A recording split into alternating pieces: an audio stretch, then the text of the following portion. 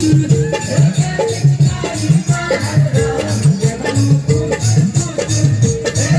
करिए।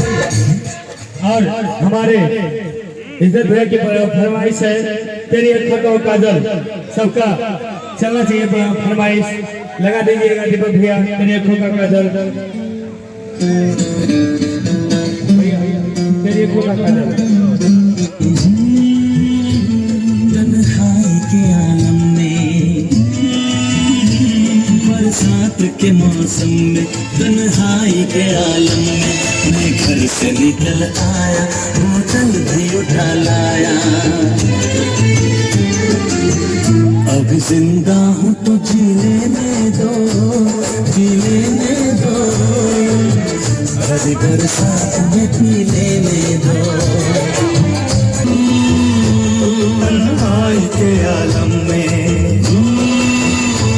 बरसात के मौसम में, तन्हाई के आलम में मैं घर से निकल आया, बोतल भी उठा लाया। अभी जिंदा हूँ तो जी लेने दो, जी लेने दो, भरी बरसात में पी लेने दो। अभी जिंदा हूँ तो जी लेने दो।